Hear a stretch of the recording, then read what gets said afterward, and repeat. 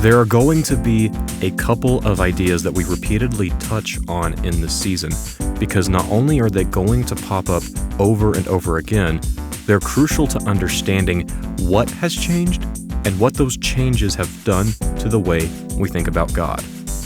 First, like we looked at in the previous episode, mediums are not value neutral. They ask us to do certain things, and they ask us to not do certain things. They actively encourage some forms of engagement or consumption and actively discourage others. And in doing so, our communities become reshaped around the terms of engagement set forth by these mediums. In a culture where books and words were the dominant medium of communication, not only are you expected to know how to read and interact with this medium, but you expect everyone else to be able to do the same thing. And the same is true with television. But as we started contrasting in the last episode, word-based mediums have radically different terms of engagements than the ones set forth by television when it became widely adopted. And these terms of engagements have implications for how we engage with Christianity. Second, and this is something we're not going to emphasize as often, but it's still very crucial to understand, Christianity has always revolved around the medium of the spoken and the written word. We fleshed this concept out some in episode 3, and before we keep going forward, we need to revisit it again because I deliberately left something out in that episode. I failed to mention the second commandment. Exodus chapter 20, verses 4 through 6, also known as the second commandment, states that, "You shall not make for yourself a carved image or any likeness of anything that is in heaven above, or that is in the earth beneath, or that is in the water underneath. You shall not bow down to them or serve them, for I, the Lord your God, am a jealous God, visiting the iniquity of the fathers on the children to the third and fourth generation of those who hate me, but showing steadfast love to thousands of those who love me and keep my commandments." Now, why do I bring this up? Well, part of the reason I bring it up now is because television is a visual medium, and Christianity, in being a religion revolving around the medium of the spoken and written word, is a religion that explicitly did not revolve around visual mediums. And we know this because of the second commandment. Let's look at where this commandment is even located. The first commandment is straightforward enough. You shall have no other gods before me. Right off the bat, God is making it clear that his people will be different from the surrounding religions in that he alone is to be worshipped and not to be included in the pantheon of gods of ancient Near Eastern culture. You would think that what would come next in the Ten Commandments would be a commandment about giving God respect and honor, but that's not what happens. Before we get to the third commandment, the commandment prohibiting taking God's name in vain, we are told that we are prohibited from making images of God. God saw this commandment as being so important that he gives it immediately after the first commandment telling the Israelites that no other gods are to be worshipped, and before the commandment concerned with insulting him by misusing his name, and before honoring the Sabbath, even before honor thy father and mother, and thou shalt not murder. What is God saying here in the placement of this commandment? I think it's safe to say that he is saying that not only will his people be different in how they will only worship one God, his people will also be different in that their God will not be represented via an image like every other surrounding pagan god was.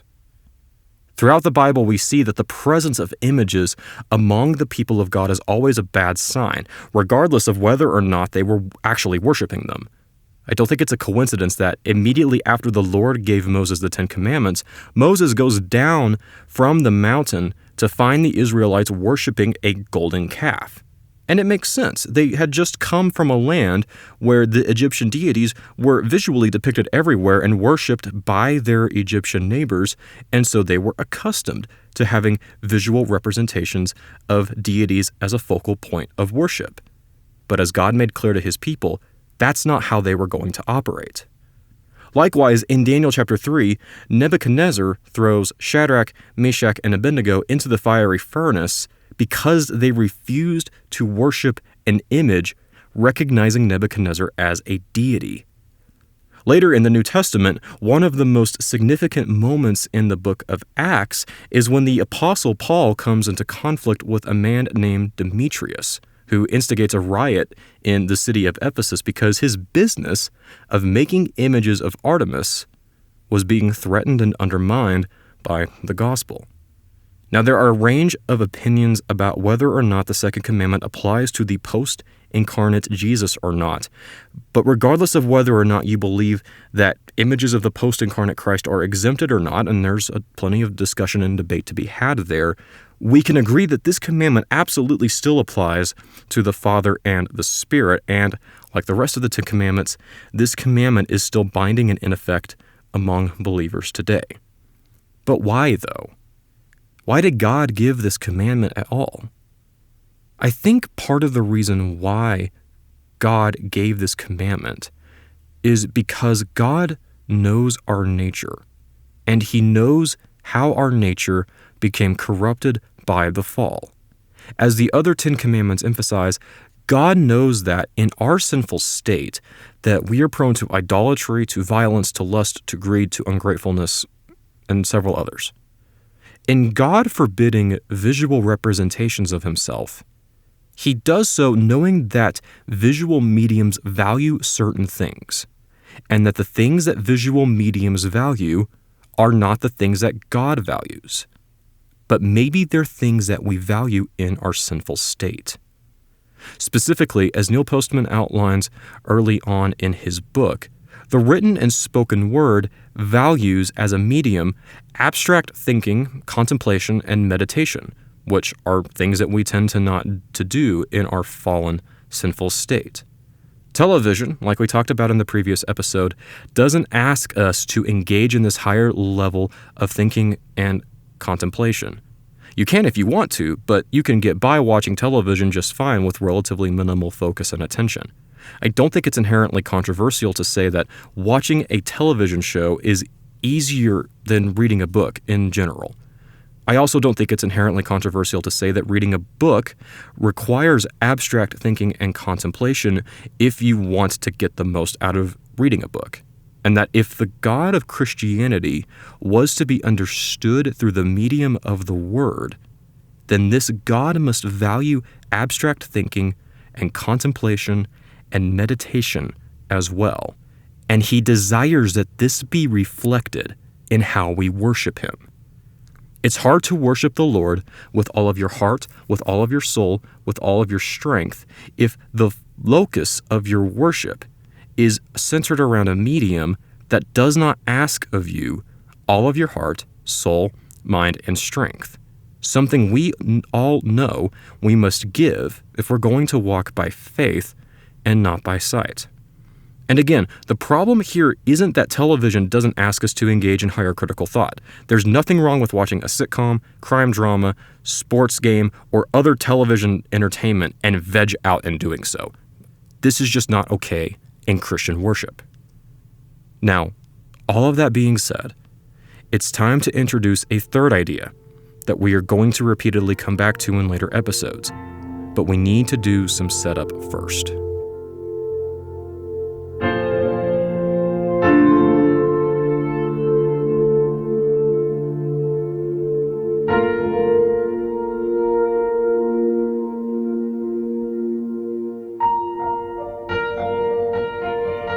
If the printing press is what made the Protestant Reformation possible, then I think it's safe to say that television is what made the health, wealth, and prosperity gospel possible. Both were theological revolutions, but these theological revolutions were only made possible because of the media revolutions that undergirded the way that these evolutions spread their message. I don't think I need to spend much time detailing the prosperity gospel and who its main proponents are. Whether you agree with that designation or not, you know who I'm referring to and what they teach.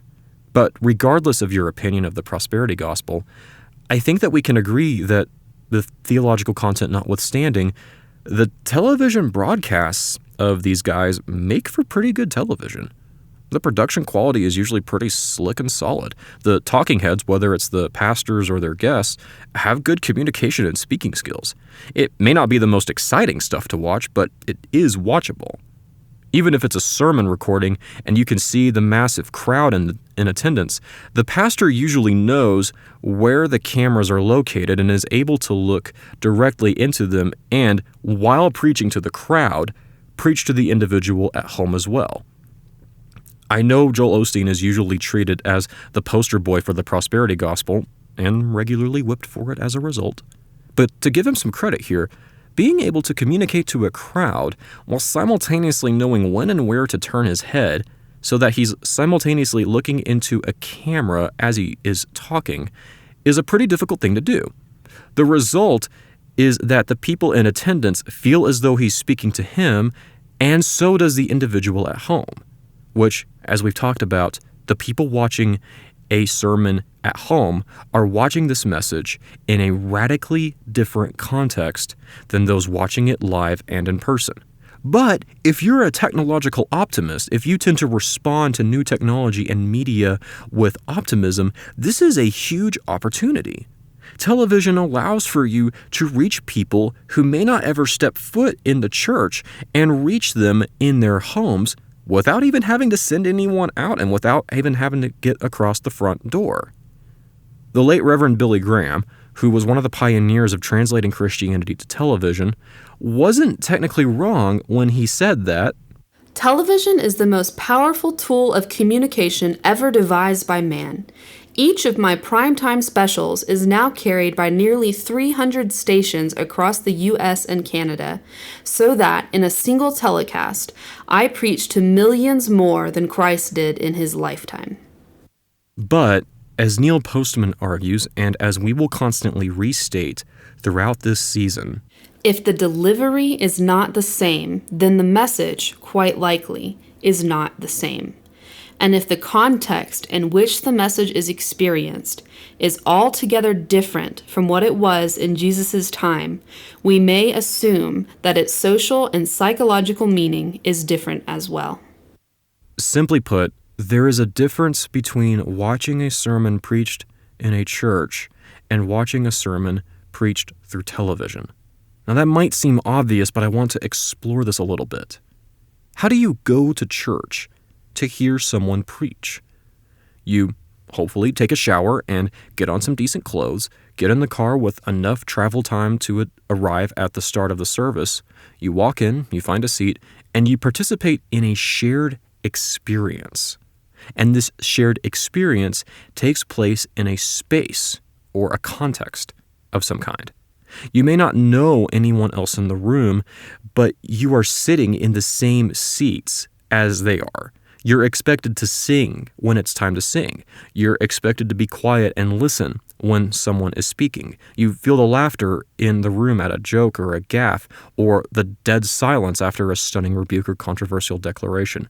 But regardless of whether or not you're enjoying the sermon or not, you can't leave without physically getting up and walking out, a social fear that many introverts like myself know all too well. You make eye contact with people. Maybe you'll shake some hands and say hello. And once everything is said and done, you'll go back home, change into your lazy clothes, and go about your day. Now, if you were to tune in to hear that same sermon preached through television, very little of what I just said would apply to you. You don't need to bathe. You technically don't even need clothes if you don't want to wear them. There's no need to weave through the crowd to find a seat, nor will you be asked to leave if you start shouting to someone in a different room of the house. There's no eye contact. There's no handshakes. There's no awkward side hugs. Whatever there is of a shared experience, it comes at the expense of an experience tied to a context because the space you're in is not the same. You might be watching the same thing as the people physically in attendance, but your context is not their context. The context is no longer the church, but the living room. It's no longer the gathered body of Christ, but an individual Christian in a space an individual creates to reflect who you are and what you love. And as prosperity gospel pastors would soon discover, television is a powerful medium to speak to people in such a way that reinforces their love of comfort, security, wealth, entertainment, and success, as communicated through televisions that our living rooms are all designed around.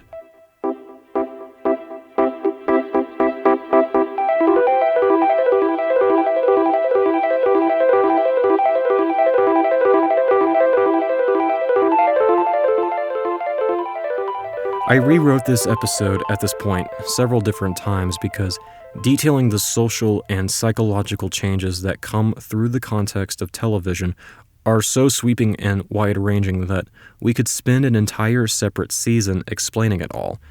And I know I'm leaving out quite a bit more that ought to be said. But one change I want to highlight and end this episode on is a change that is going to carry forward throughout the rest of this season and is relevant to the other changes in technology and media we've yet to talk about. And one of the social and psychological changes brought by Christianity delivered through television is the increased emphasis on the individual at the expense of the group. One of the things that visual mediums value is the ability for these mediums to be interacted with in isolation. You can do that with the spoken and written word, but the spoken and written word is a medium that is most readily adaptable to large groups of people or to gathered masses of people, which is what Christianity has always been driven by. Christianity is a communal religion. Christianity is not a religion where lone wolf behavior is encouraged or promoted or rewarded. One of the things that visual mediums value is for the ability for individuals to interact with it and be able to get whatever they want out of that interaction. And it's the reason why when you look throughout the Old Testament and the New Testament, visual mediums are usually tied to expressions of idolatry. As Neil Postman says in the chapter of Amusing Ourselves to Death that deals with televised religion. I think it is both fair and obvious to say that on television, God is a vague and subordinate character. Though his name is invoked repeatedly, the concreteness and persistence of the image of the preacher carries the clear message that it is he, not he, meaning God, who must be worshipped. I do not mean to imply that the preacher wishes it to be so, only that the power of a close-up televised face in color makes idolatry a continual hazard. Television is, after all, a form of graven imagery far more alluring than a golden calf. The thing about our idols, though, is that whether it's the literal golden calf of the Israelites or ones that we create from our favorite actors or shows or preachers on television, we can't converse with them. But on the next episode of Breaking the Digital Spell, we are going to look at what happens when another media revolution takes place that allows us to talk to our idols, and they can talk back to us.